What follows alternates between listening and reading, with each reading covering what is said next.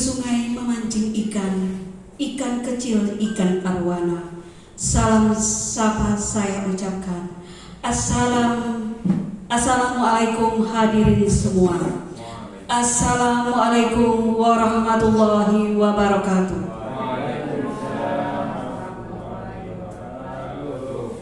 Alhamdulillahirabbil alamin, wassalatu wassalamu ala asrofil anbiya'i wal mursalin wa ala alihi washabihi ajmain. Yang terhormat Bapak Kepala SD Negeri 14 Mekung, Bapak Zakaria Is SPD SD. Yang saya hormati Bapak Ibu rekan guru yang hadir di ruangan ini.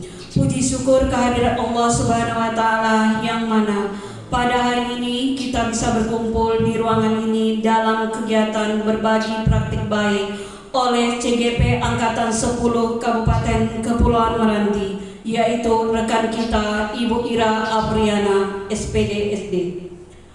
Tentang budaya positif yang Ibu Ira peroleh dari pendidikan guru penggerak ini.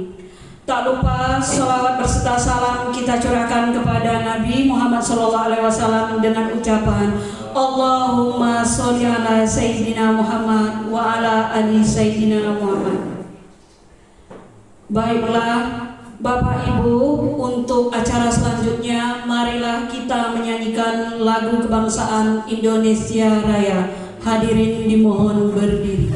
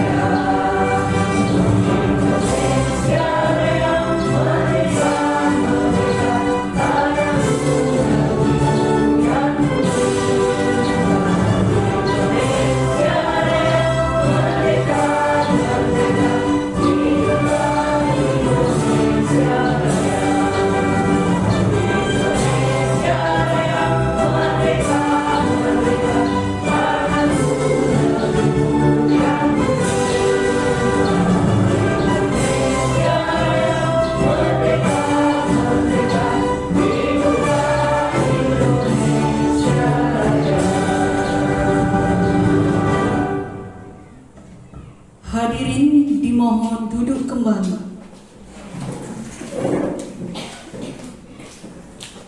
Baiklah Bapak Ibu, untuk acara selanjutnya kata sambutan dari Kepala Sekolah SD Negeri 14 Mekung kepada Bapak Zakaria Is SPD SD dipersilakan. Bismillahirrahmanirrahim. Assalamualaikum warahmatullahi wabarakatuh. Alhamdulillahirabbil alamin, wassalatu wassalamu ala asyrofil anbiya'i wal mursalin wa ala alihi wa sahbihi rasulillahi ajmain. Rabbi shrah li sadri wa yassir li amri wahlul 'uqdatam min lisani yafqahu qawli. Amma ba'du.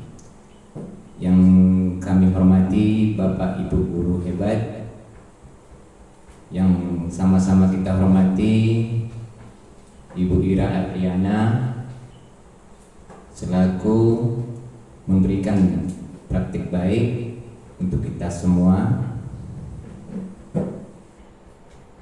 Pertama-tama marilah kita panjatkan puji syukur kepada Allah Subhanahu wa taala yang mana pada kesempatan hari ini alhamdulillah kita semua telah diberikan kesehatan, kesempatan sehingga kita bisa hadir di sini, berkumpul di sini dalam suatu rangkaian kegiatan yaitu berbagi praktik baik oleh CGP Angkatan 10, yaitu nantinya akan disampaikan oleh Ibu Ira Apriana. Selanjutnya selawat beriring salam marilah kita hadiahkan buat Nabi besar kita Muhammad sallallahu alaihi wasallam dengan ucapan Allahumma shalli sayyidina Muhammad wa ala sayyidina Muhammad. Pertama-tama tentunya kami mengucapkan terima kasih atas waktu yang telah diberikan kepada kami untuk menyampaikan sepatah dua buah kata ataupun sambutan.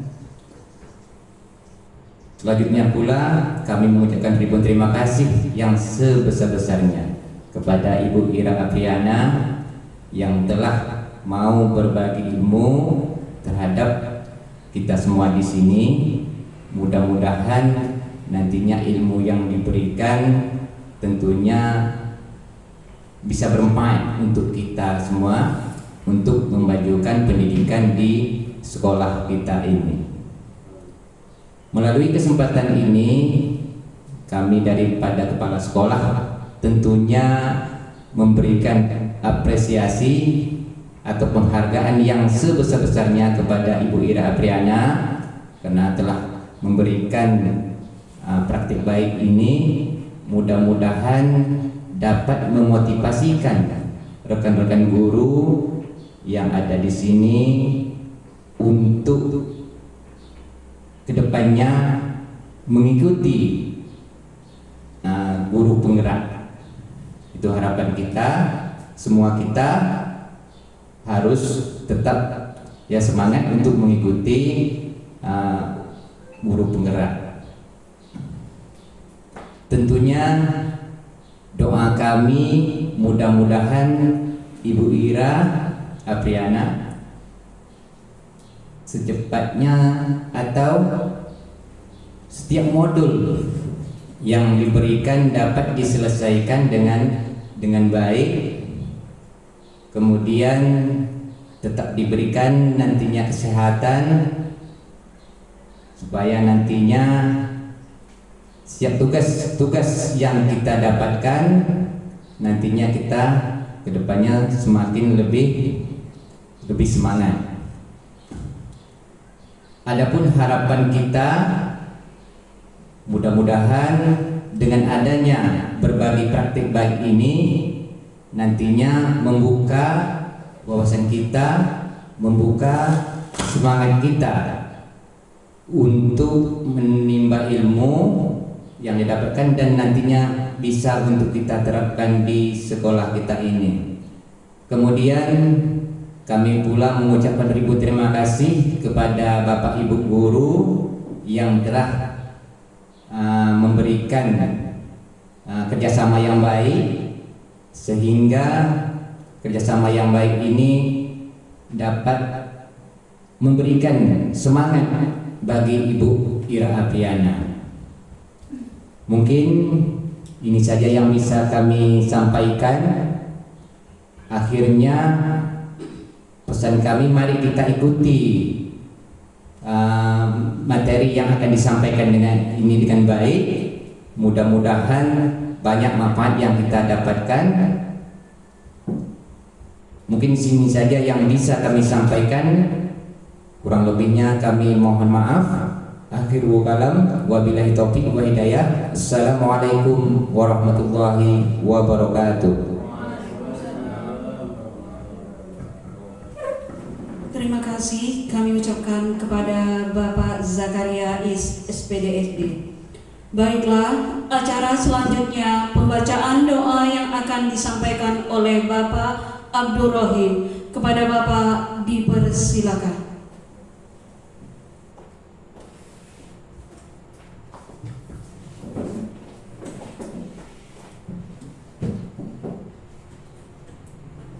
Assalamualaikum warahmatullahi wabarakatuh.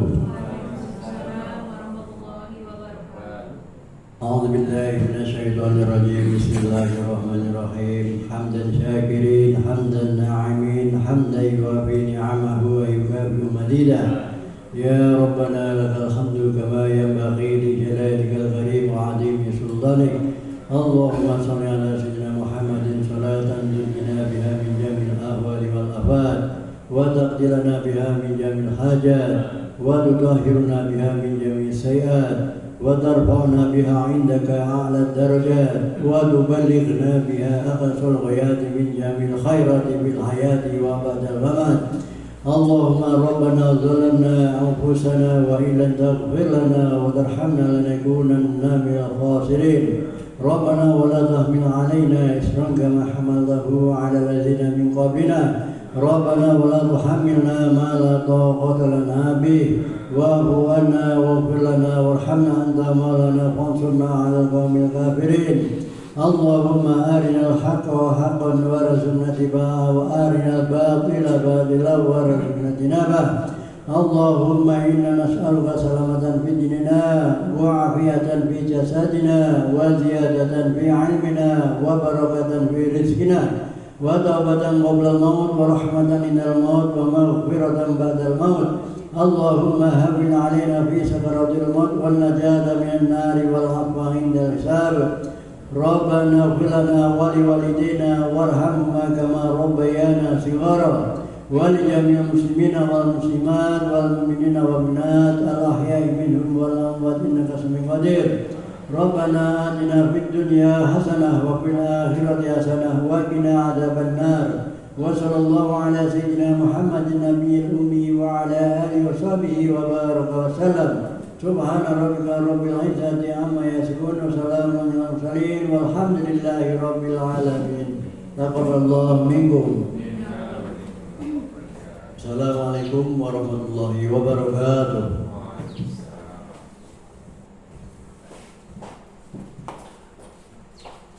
Terima kasih kami ucapkan kepada Bapak Abdul Rahim.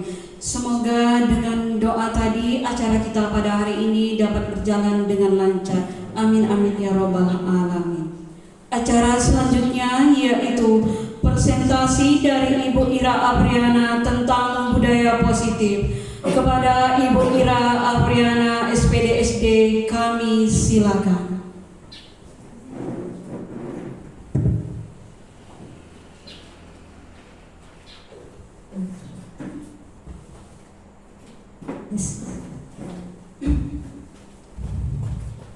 Bismillahirrahmanirrahim. Karena moderator tadi ada di awal pantun, mungkin saya akan juga membalas pantun. Jadi pantun saya begini. Air beriak tanda tak dalam, airnya tenang seperti berlian. Saya di sini ucapkan salam kepada Bapak Ibu sekalian. Assalamualaikum warahmatullahi wabarakatuh.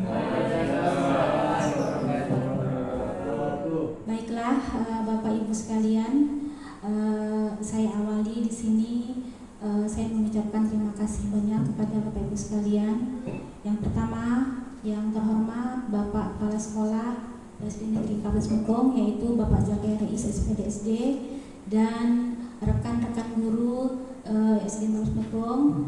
Terima kasih kepada Bapak dan Ibu semuanya sudah mau menghadiri kegiatan kita pada hari ini, dan juga kita puji dan syukur kehadirat Allah Subhanahu wa taala yang mana kita diberikan kesempatan dapat berkumpul di ruangan ini dalam serangkaian kegiatan, yaitu berbagi praktik baik ilmu yang sudah saya dapatkan dari pendidikan guru penggerak kami angkatan 10 Kabupaten Kepulauan Meranti. Tak lupa juga salawat beserta salam kita hadiahkan kepada Nabi Muhammad SAW dengan ucapan Allahumma sholli ala sayyidina Muhammad wa ala sayyidina Muhammad. Sekali lagi saya mengucapkan terima kasih banyak kepada Bapak dan Ibu sudah meluangkan waktunya, yang saya tahu mungkin di akhir-akhir masa ujian ini sangat sibuk sekali. Baiklah Bapak Ibu, di sini saya akan berbagi praktik baik, yaitu modul kami di akhir modul yaitu 1.4 mengenai mengenai budaya positif. Langsung saya Bapak Ibu ya.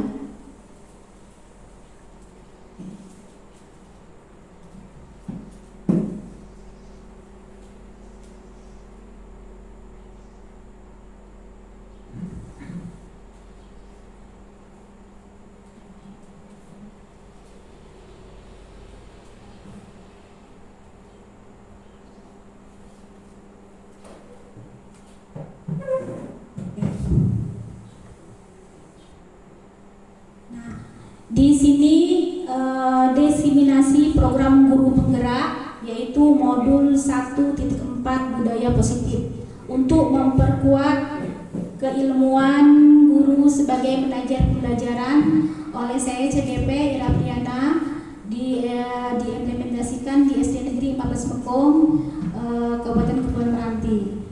Lanjut. Jadi tujuan pembelajaran hari ini adalah saya selaku CGP dapat menyampaikan pembelajaran dari penerapan konsep inti dari modul budaya positif serta pemahamannya. Oh ya, sebelum untuk intermezzo, karena kita materinya itu mengenai budaya positif, kira-kira mungkin rekan-rekan guru atau bapak-bapak sekalian, ibu-ibu sekalian, kira-kira budaya positif itu apa sih? Ada yang tahu? Kira-kira budaya positif itu apa Bapak Ibu? Menurut pemahaman Bapak Ibu, budaya positif itu apa kira-kira ya? Coba. Ya Pak. Terima kasih waktu yang telah diberikan. Menurut kami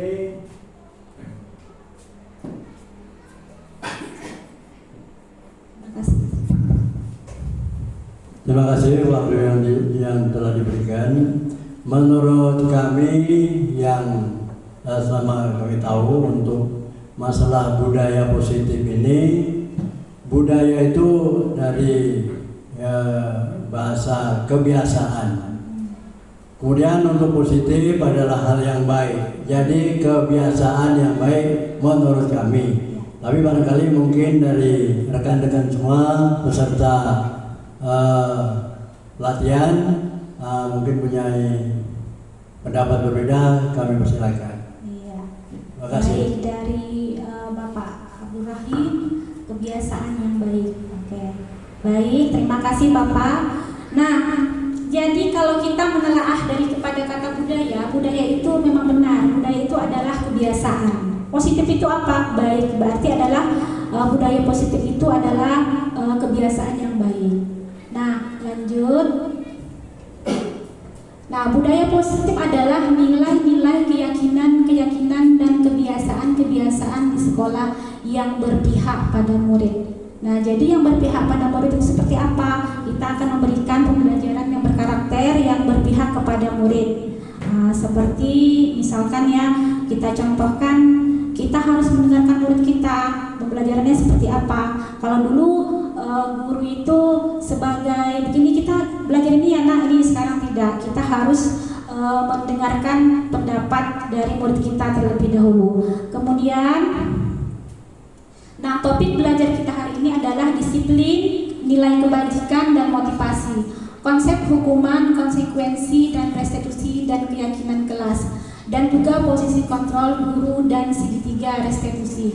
Nah inilah nanti topik belajar yang akan saya sampaikan.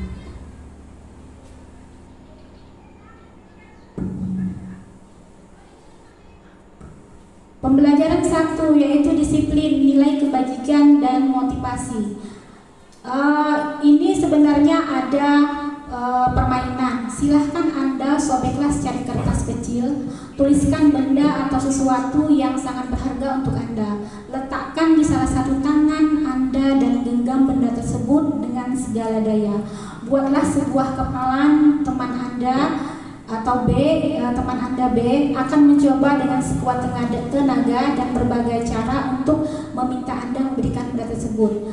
B bisa membujuk, mengancam, menghardik, merayu, menyuap apa saja agar dapat membuka kepalan tangan Anda. Apa yang terjadi? Nah, mungkin kalau saya minta Bapak Ibu di sini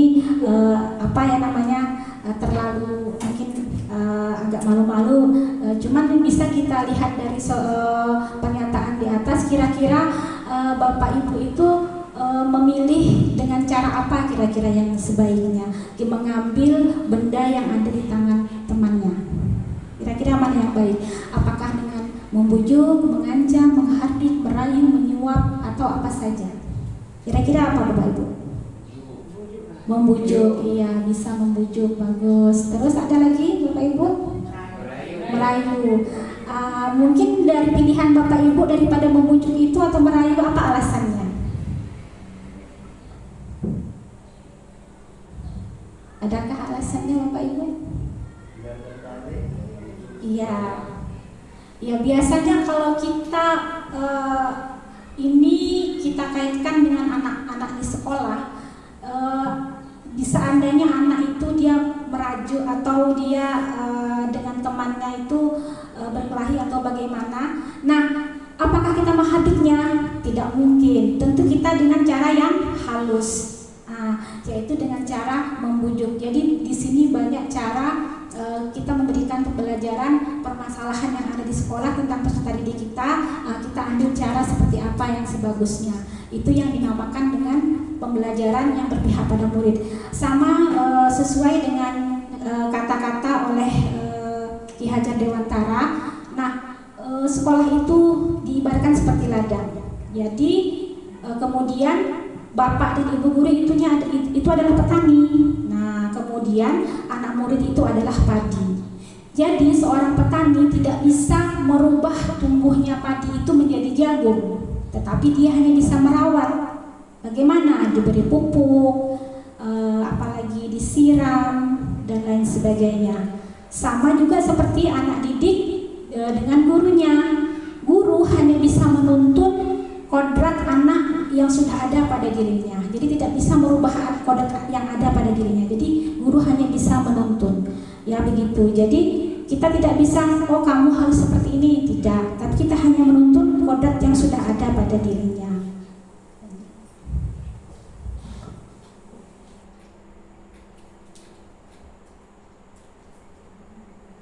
Ilusi kontrol stimulus respon. Ilusi guru mengontrol murid. Ilusi bahwa membuat orang merasa bersalah dapat menguatkan karakter. Ilusi bahwa semua penguatan positif efektif bermanfaat. Ilusi bahwa orang dewasa memiliki hak untuk memaksa. Si stimulus respon, kita mencoba mengubah orang agar berpandangan sama dengan kita. Bagaimana caranya? Nah, diri kita harus berusaha memahami pandangan orang lain tersebut. Nah, jadi kita harus memahami karakter dia itu seperti apa. Jadi kita harus memasuki diri orang tersebut dulu.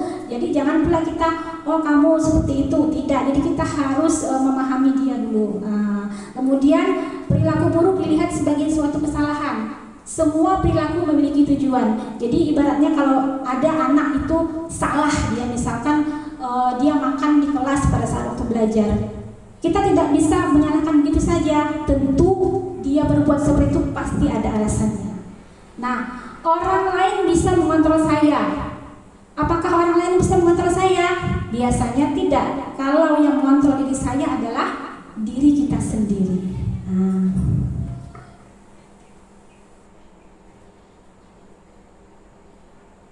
Lanjut, lalu apa itu disiplin? Belajar kontrol diri dengan menggali potensi kita agar tercapai tujuan mulia, yaitu sesuatu menjadi seorang yang kita inginkan berdasarkan nilai-nilai yang kita hargai.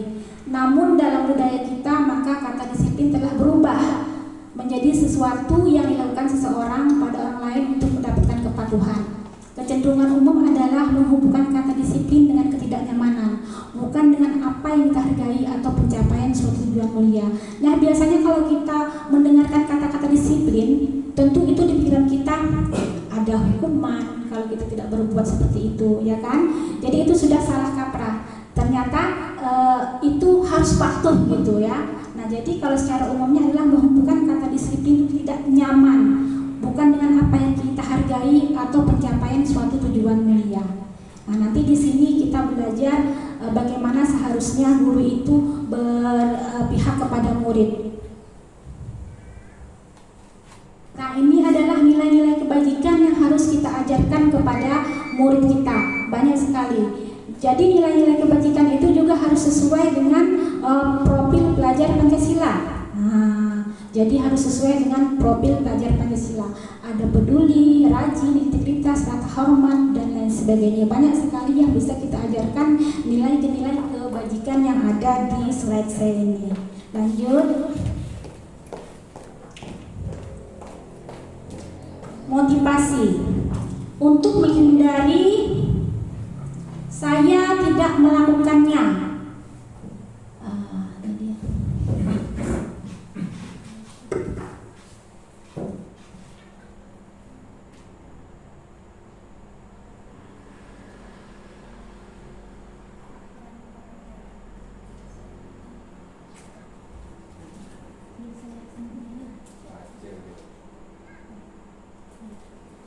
Nah, kita lanjut untuk melakukannya.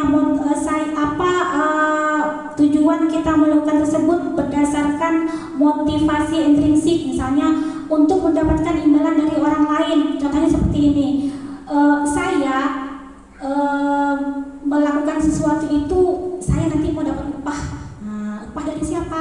Misalkan anak dari mama gitu. Jadi itu bukan motivasi dari dalam dirinya secara intrinsik, tetapi dari luar, dari orang lain. Itu yang dinamakan intrinsik.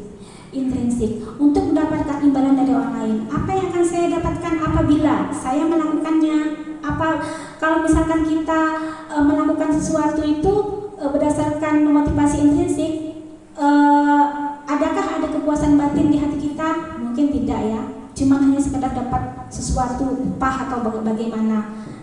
Jadi kita harus melakukan sesuatu itu kalau bisa tidak berdasarkan motivasi intrinsik, tetapi berdasarkan motivasi yang ada dalam diri kita, yaitu motivasi intrinsik. Contoh misalkan seorang perempuan dia mau merubah penampilannya, misalkan dia awalnya dia tidak berhijab, tetapi dia ingin berhijab. Kenapa? Dia itu cantik gitu kan, berhijab. Saya mau cantik seperti dia. Berarti motivasi dari dia itu bukan dari diri sendiri, tetapi berdasarkan orang lain.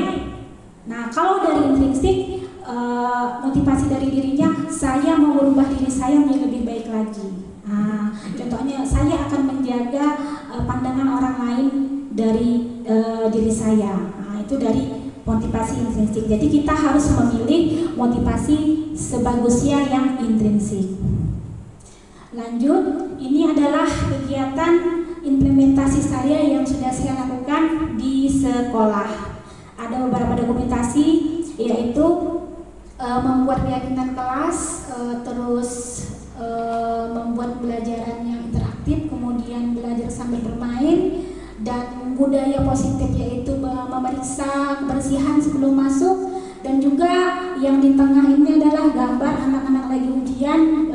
Mereka diajarkan untuk memiliki integritas yang tinggi, maksudnya adalah mereka tidak berusaha menyontoh orang lain, harus percaya diri, jadi memiliki integritas tinggi, dan juga semangat kebersamaan, kolaborasi. Ini sesuai dengan nilai-nilai profil pelajar Pancasila.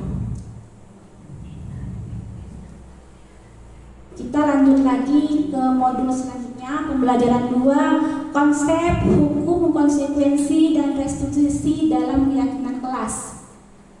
Misalnya, mencatat 100 kali di dalam buku kalimat, saya tidak akan terlambat lagi karena terlambat sekolah. Nah, kalau menurut pandangan Bapak Ibu, yang pernyataan pertama itu apakah itu konsekuensi atau hukuman atau restitusi? Kira-kira apa itu Bapak Ibu? Apakah ini hukuman atau konsekuensi? Kalimat yang pertama, mencatat 100 kali dalam buku kalimat, saya tidak akan terlambat lagi karena terlambat ke sekolah. Hukuman apa konsekuensi? Kira-kira apa Bapak Ibu? Ya, benar sekali Bapak Ibu, itu adalah hukuman. Kemudian kalimat yang kedua, membersihkan tumpahan air di meja tulis karena tersenggol pada saat belajar. Apakah itu hukuman atau konsekuensi? Benar sekali, karena dia berbuat, dia harus mempertanggungjawabkan hal tersebut. Lari mengelilingi lapangan basket 2 kali karena terlambat hadir di sekolah. Benar sekali. Murid disuruh untuk tidak mengenakan sepatu seharian di sekolah karena tidak mengenakan sepatu hitam. Hukuman. Menggantikan kertas tugas teman yang telah dicoret-coret. Betul sekali Bapak Ibu, memang luar biasa. Tepuk tangan dulu. Memang luar biasa Bapak Ibu. Ya. Perbedaan hukuman dan konsekuensi. Nah, hukuman sesuatu yang menyakitkan harus terjadi. Kalau konsekuensi sesuatu yang harus terjadi. Membuat anak sakit fisik maupun hati untuk jangka waktu lama itu termasuk hukuman. Nah, membuat anak merasa tidak nyaman dalam jangka waktu pendek itu konsekuensi. Anak membenci kedisiplinan, hukuman. Konsekuensi anak menghargai disiplin. Hukuman paksaan, stimulus tanggapan. Mendorong anak menyakiti diri sendiri itu adalah suatu hukuman. Mendorong anak agar mudah menyesuaikan diri, konsekuensi.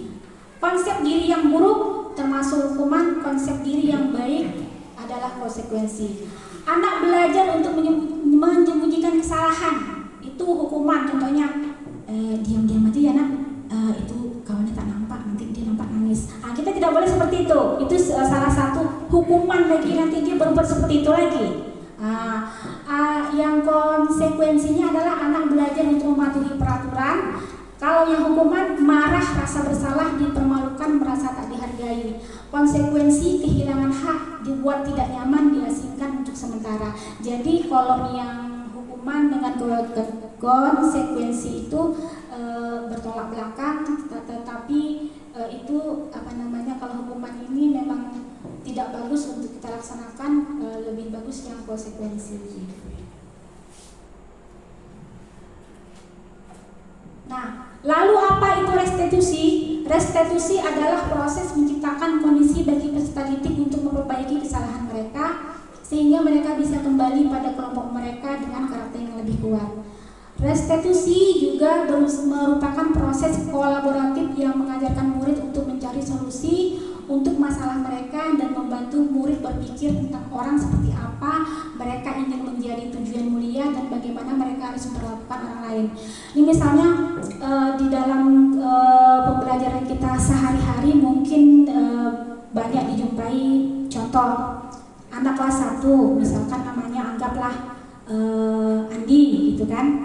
Nah, Andi pada saat belajar di dalam kelas dia asik makan, padahal sementara teman-temannya belajar. Ibu guru memperhatikan tingkah laku si Andi, namun ibu guru hanya menegurnya saja, tidak memberikan hukuman.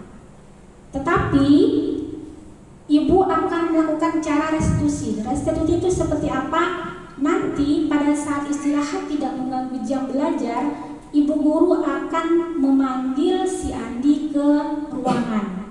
Nanti akan ditanyakan penyebabnya apa. Misalkan minta maaf ibu sudah mengganggu jam istirahat kamu. Terus kemudian apakah kamu tahu maksud ibu memanggil kamu kemari? Dia akan menjawab, iya bu, saya tadi makan di kelas. Kira-kira kamu itu berbuat seperti itu mengapa?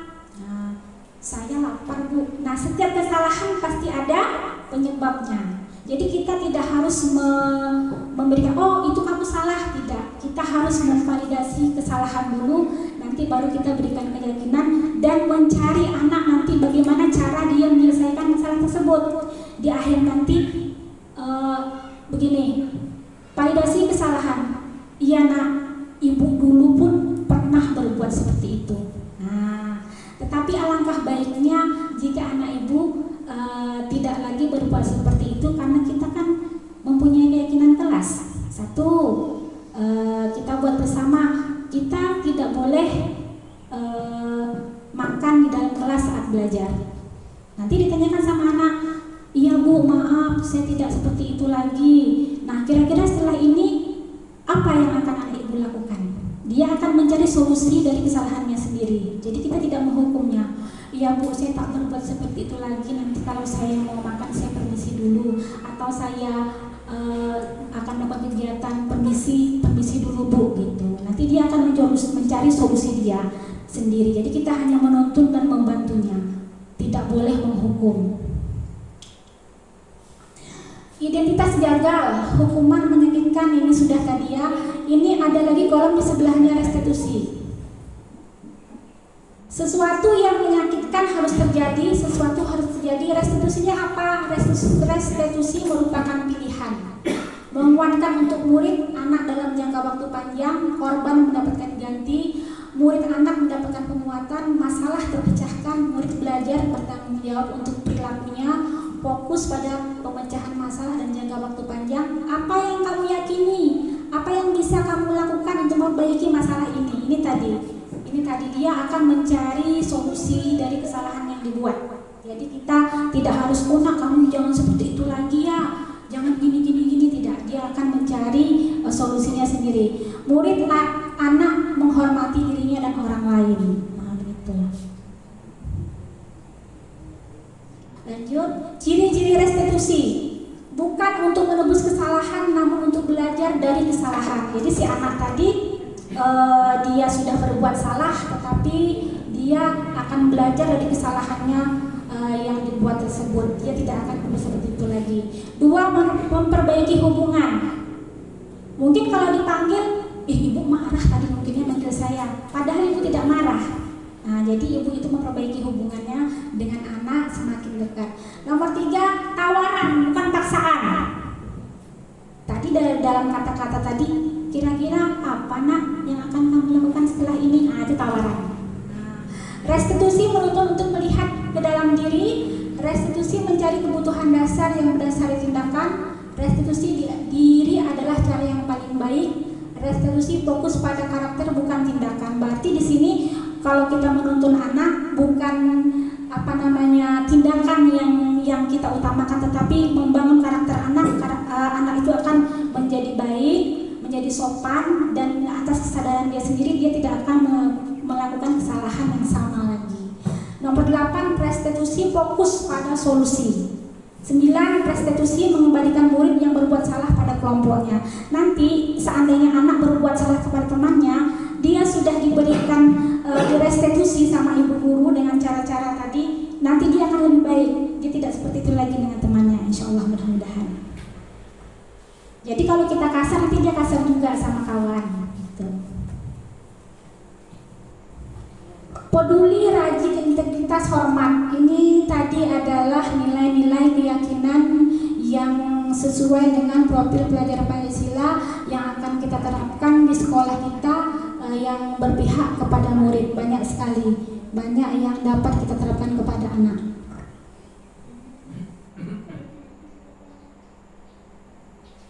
Nah, ini dia Bapak Ibu, ini adalah kegiatan implementasi saya yang sudah saya lakukan, yaitu pertama membuat keyakinan kelas, dan itu yang kedua adalah membuat lingkungan KTEX. Gunanya apa keyakinan kelas? Nanti anak ditanya tadi, anak ibu ingat gak keyakinan kelas yang pernah kita buat kemarin? Ingat Bu. Jadi kesalahan yang Andi buat tadi kira-kira melanggar keyakinan kelas kita yang mana?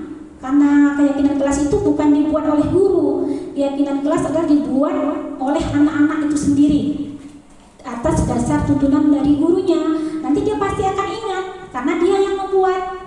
Musyawarah bersama, oh iya Bu, saya ingat tak boleh Bu makan dalam kelas pada saat belajar. Dia ingat, nanti kita akan mengingatkan dia.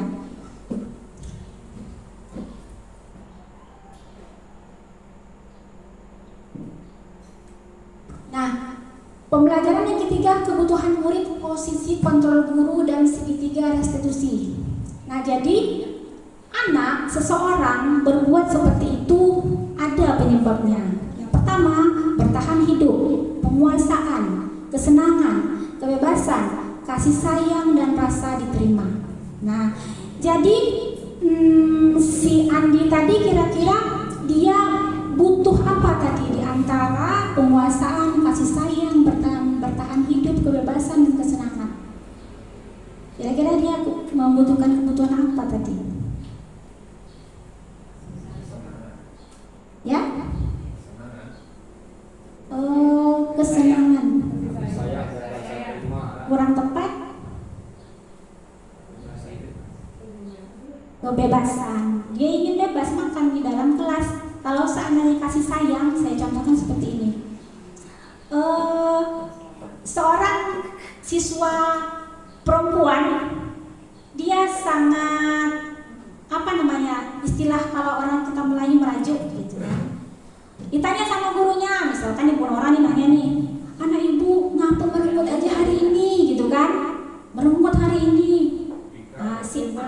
Mungkin Bika jawab seperti ini, iya bu, ibu tak tengok nih bu, kami baru pakai pita nih bu, baru pita kami ibu tak tegur tadi, tak nampak gitu kan.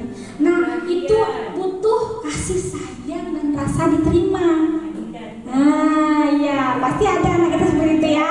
Nah jadi guru harus peka. Tentu ibu Nora bilang ini, oh iya kayaknya ibu sibuk tadi nih ya. Iya. Jadi ada yang bertahan hidup, ada yang kebebasan, dan juga ada kesenangan. Contoh kemarin kami, nanti ada di akhir slide nanti saya tunjukkan. Lanjut. Nih, memang benar nih Dinda nih. Jawaban Dinda. Nah, kebutuhan apa yang diinginkannya? Ibu bisa pilih, Bapak Ibu bisa pilih. Saya bacakan.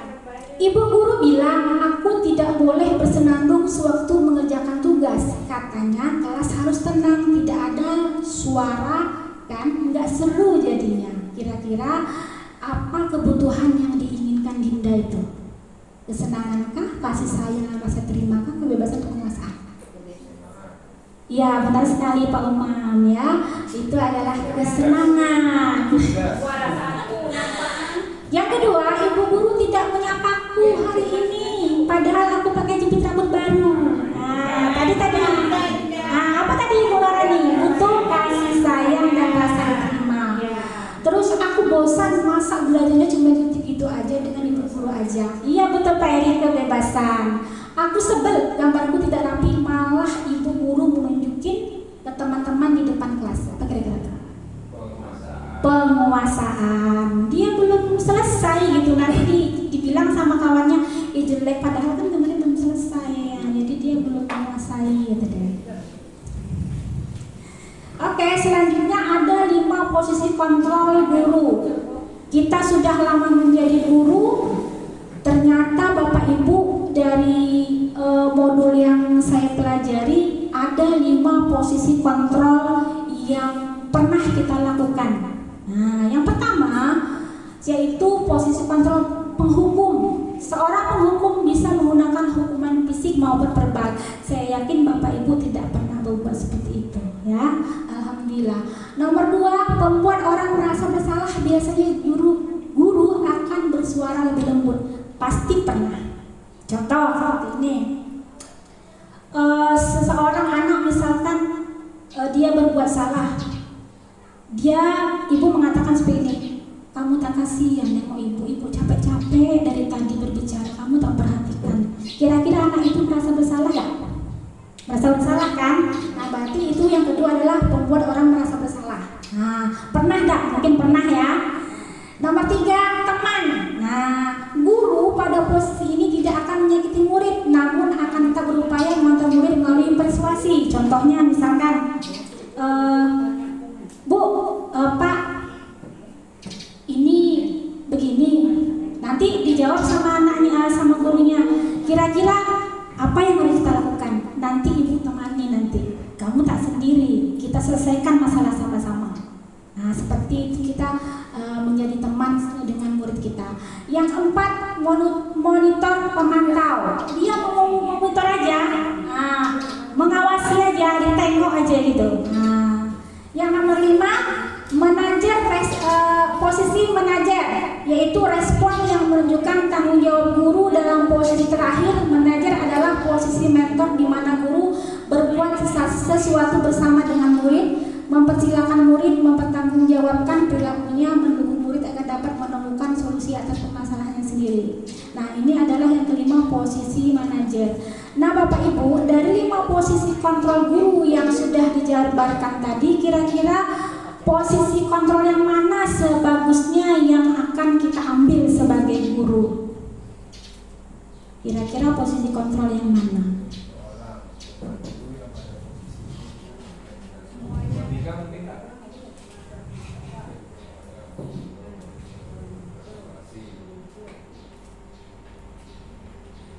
Oke, masih bingung? Nah, saya bantu. Sebagusnya kita sebagai guru mengambil posisi kontrol betul yang manajer. Yang manajer. Nah, nanti manajer ini nanti akan melakukan restitusi kepada muridnya jika murid melakukan kesalahan. Kesalahan.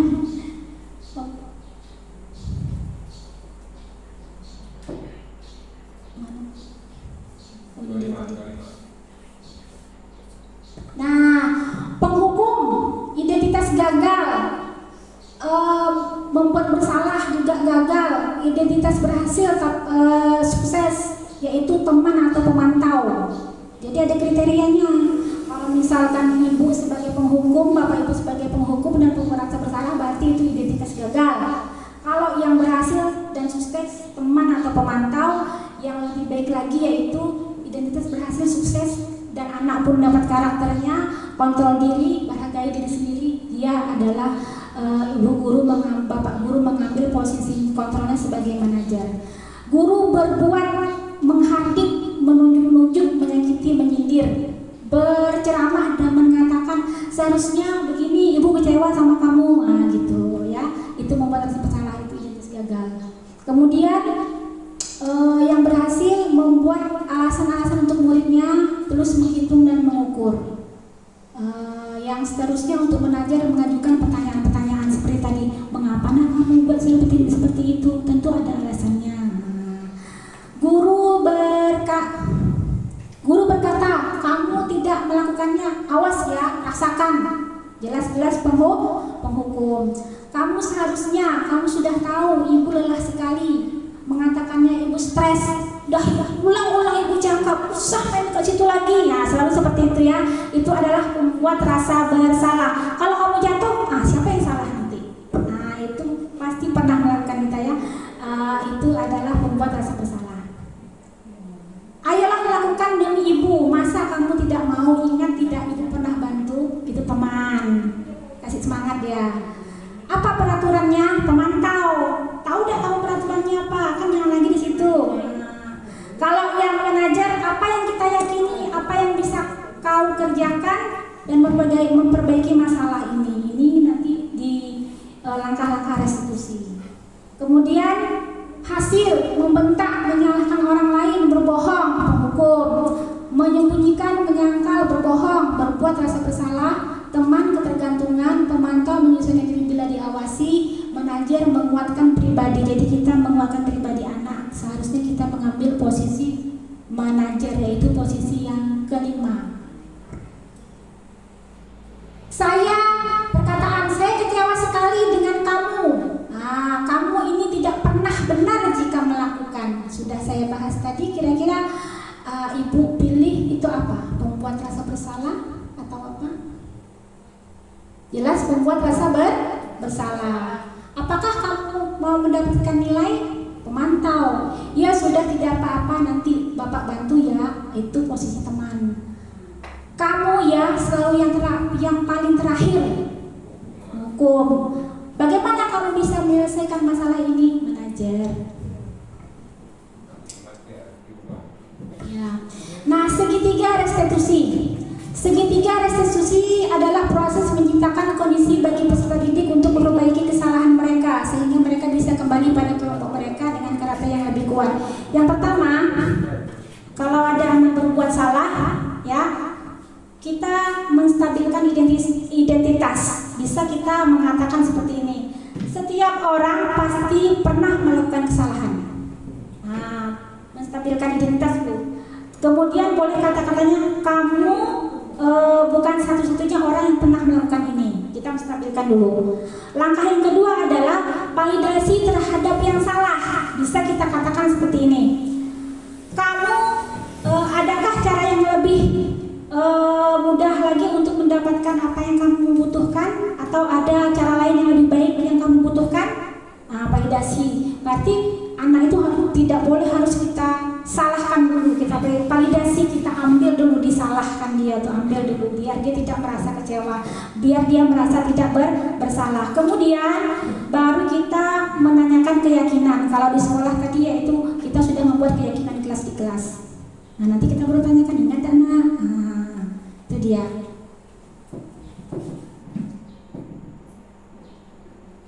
Menstabilkan identitas itu seperti apa? Berbuat salah itu hal yang manusiawi. Nah, itu kata-kata yang kita ucapkan apabila kita mengambil posisi sebagai manajer kontrol yang kelima. Tidak ada manusia yang sempurna. Nah, nanti dilanjutkan lagi. Tidak ada manusia yang sempurna. Ibu juga pernah berbuat salah.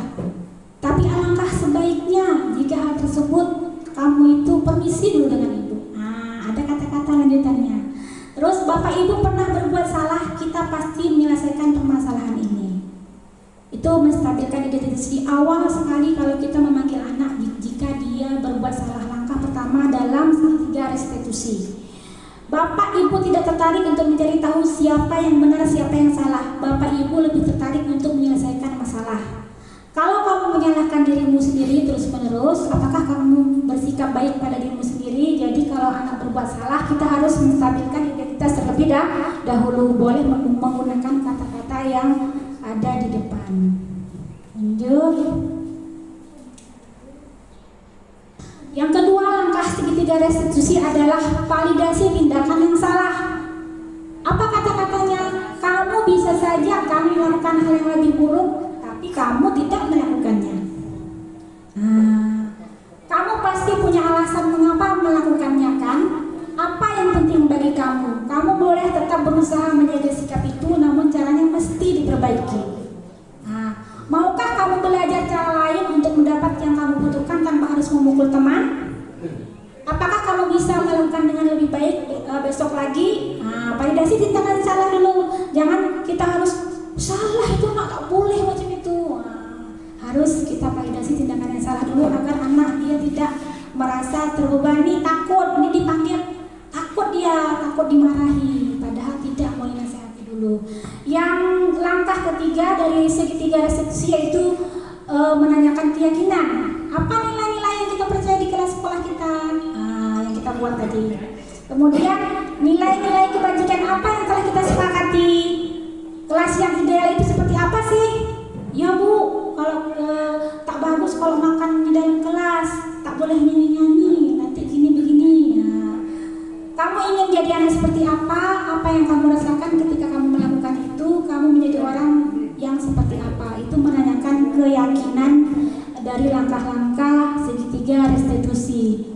Itu kalau kita mengambil posisi kita sebagai manajer. Pengertian komponen segitiga restitusi. Guru membantu murid mengenali kebutuhan dasar yang ingin dipenuhi ketika akan melakukan kesalahan itu. Validasi tindakan yang salah. Guru membantu murid dulu mengetahui kebutuhannya apa. Murid melihat kesalahan dan menenangkan, dihubungkan dengan norma yang mendasari hubungan baik. Menanyakan keyakinan. Seharusnya ini di nomor 2. Murid yang merasa gagal karena berbuat salah menjadi positif terhadap dirinya. Jadi dia salah tapi dia tidak merasa disalahkan karena kita stabilkan identitasnya dulu. Ibu juga pernah berbuat salah gitu. Jadi tidak tidak langsung kita menghakimi. Nah, ini adalah kegiatan implementasi saya terakhir pada modul penutup dari budaya positif yang akan saya tayangkan sebentar.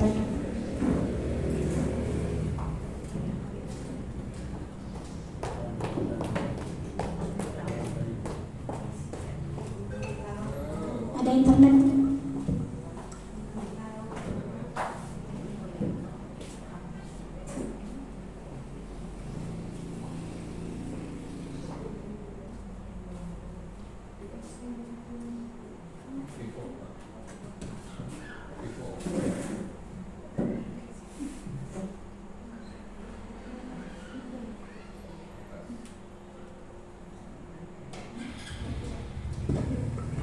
Kita mau nonton anak kita.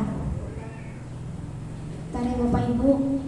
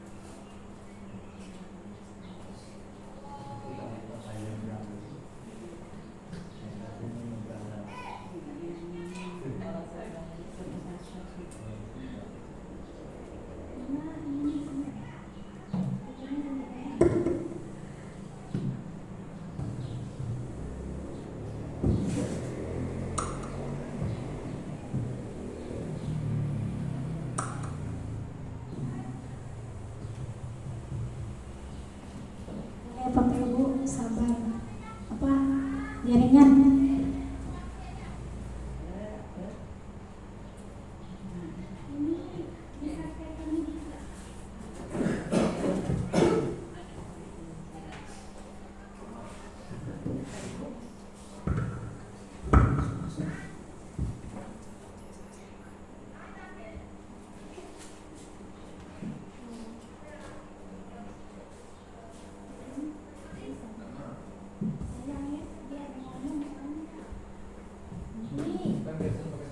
Ini ada suaranya Bapak Ibu. Nanti anak kita ada di situ.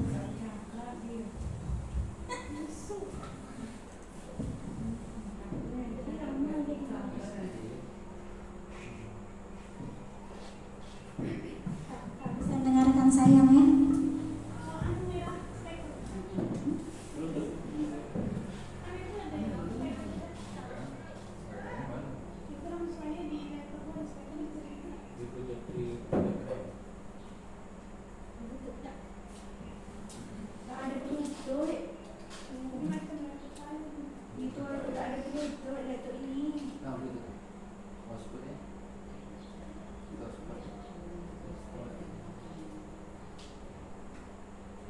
Sedap cek memang dia apa namanya dicatat tuh kan anak-anak.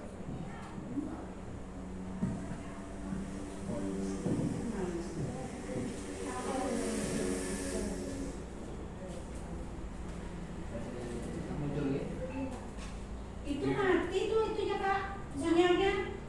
Sinyalnya. Ah.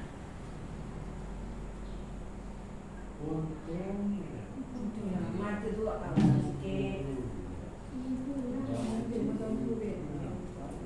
Nah ini dia lagi itu macam orang mobilan.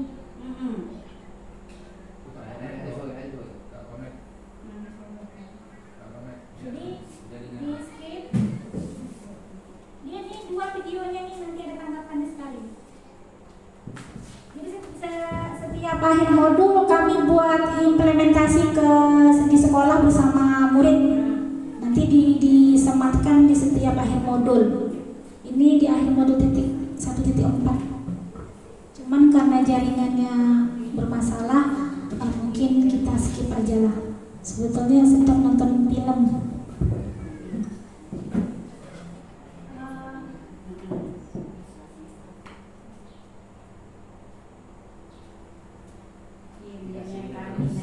Nanti dikasih linknya ya. Kirim aja link. Nah, jadi tadi ini ya segitiga restitusi sudah kita bahas tadi, dan juga apa yang dibutuhkan anak jika dia berbuat salah. Tentu ada alasannya, ada penguasaan, kesenangan, kebebasan, dan kasih sayang, dan rasa diterima.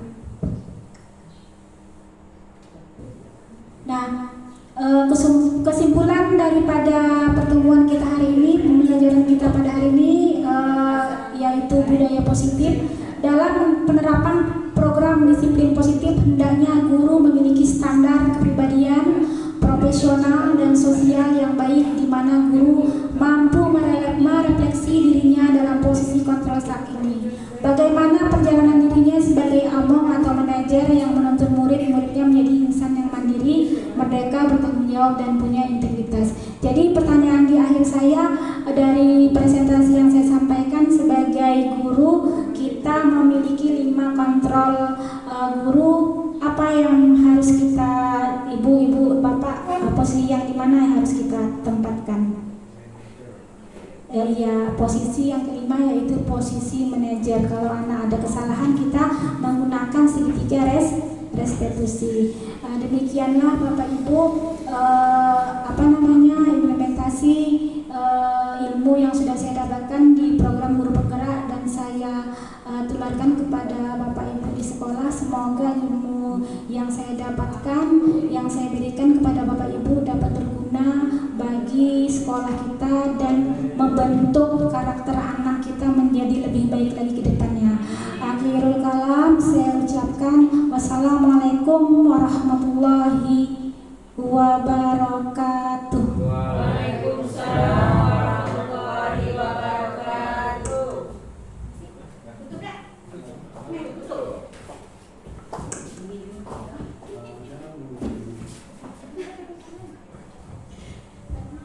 Terima kasih kami ucapkan kepada Ibu Ira Abriana. Semoga yang disampaikan menjadi referensi bagi kita semua dalam menciptakan budaya positif di kelas kita dan dapat memberikan pelajaran yang berpihak pada murid.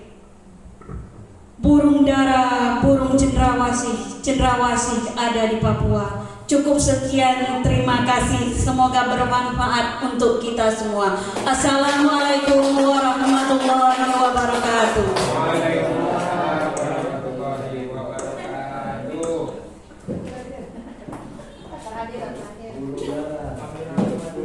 Dah, kamera